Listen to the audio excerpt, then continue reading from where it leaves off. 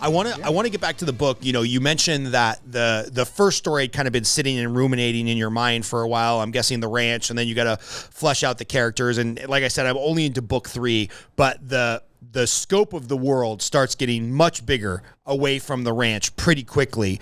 So I have to imagine you've got some thoughts in your head somewhere, or it's the idea is coming from somewhere. So can you talk about like fleshing out the world of the ranch and then Alco and then into Las Vegas and et cetera, et cetera, et cetera? Like where does this all come from? Is it real life experience? Is it something that you're expecting to actually happen when the world goes down, or where does this all come from? I think as authors, we all have our own vision of what the world's going to look like if something bad happens. But, you know, and this is kind of my vision, I guess you would say, of that. There's always the hope that the good guys will pull together and keep things from going off the rails so bad. But there's some of it is personal experiences, you know, seeing how bad things can go and how quick. It's just kind of drawing on all of that. Yeah, I like that. I'm trying to think how I can phrase it without giving too much away.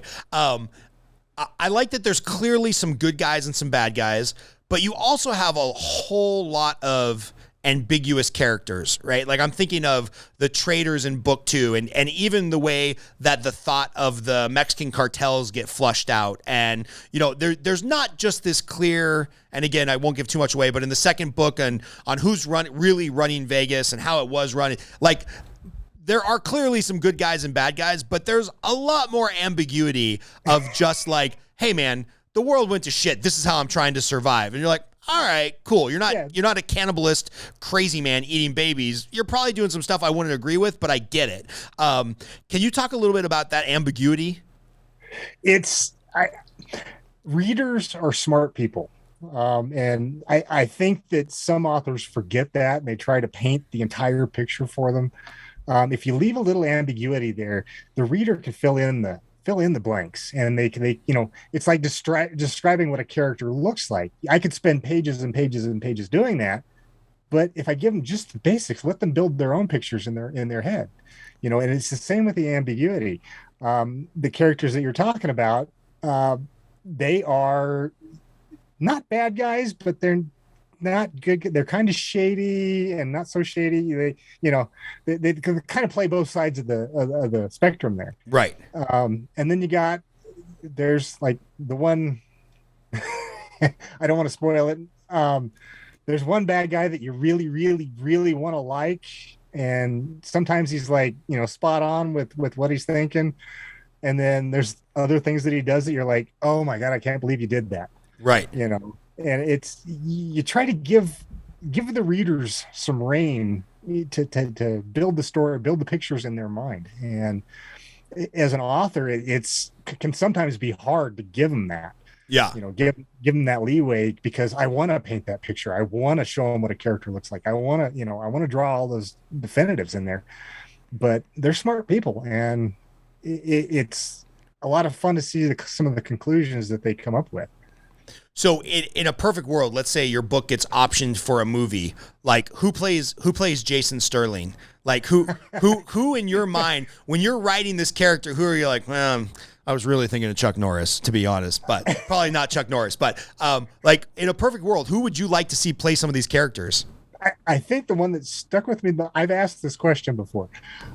The one that stuck with me and it would make the most sense would be a guy that looks like John Hamm. Yes. John Hamm would be good. That voice and his mannerisms, you know, I think would be good. I've been asked about Jill, and that one is kind of hard. I think the best suggestion I ever got would be like Gal Gadot. Yes. And super hot and also super tough. Yeah, I can see that. You know, those are some fantastic suggestions. And yeah, the power couple from what was that? There was a Law and Order show or true crime show, whatever it was, and there was the power couple in there. God, I can't even remember the name of it. Wait, Special Victims Unit, Stabler, and the really kind of hard nosed guy and the gal that was very loving. You got to look this up, Chris. The power couple from Special Victims Unit. I know exactly who you're talking to. Yeah, about. I've had them suggested too. As being perfect for those roles. And it's like, okay, I can see that too. And the descriptions of these of the characters are as varied as there are readers. Who are they? Michael Furstein and Alyssa Sutherland. Okay, yeah, the actresses. Yeah, I can't remember what their names were on the show. I know he was Stabler and she was from Special Victims Unit, the older ones. They're a little past their prime though on both acting and the looks for their age. So you'd probably have to go for a younger version of them. But I like that. I like that a lot. I'm glad you didn't go with like Tom Cruise or one of those super good looking guys, because I feel like Jason Sterling is just that kind of every guy who you could put your own mind and body and look into. Yeah, exactly. So I try to think of like, I have a hard enough time describing myself.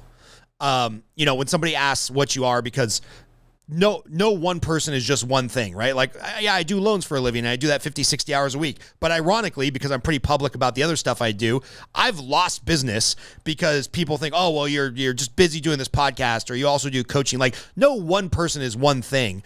And so I think about, from an author like you writing a fiction book, you've got to think about the depth of, first 5 characters, then 20 characters. And now into book 3, we're up to probably 40 or 50 characters, some of which have not lived, who actually matters. How do you keep that straight in your mind of like, oh, I'm fleshing out this character, but she can't be too much like Jill, and Jill can't be too much like Lisa, and Lisa can't be too much like Susan. And it's like, I just feel like that would drive me crazy. I have spent, I do every once in a while, I'll go back through my old manuscripts, and if there's a, like when I was writing book 7, I'm not going to put anything out there, but I did have to go back to book 1 and actually bring pieces of book 1 back into book 7, and that way I didn't screw it up. I got it right. Right. The continuity thing there. But as far as characters go, there are times I've had to go back and reread, some of their primary functions, and it's like, okay, yeah, I remember now, and then I'll carry on. But these are very distinct people in my head. Yeah. As I get into book 3, 4, 5, 6, 7, am I going to be really upset that anybody's moral compass like completely shifts?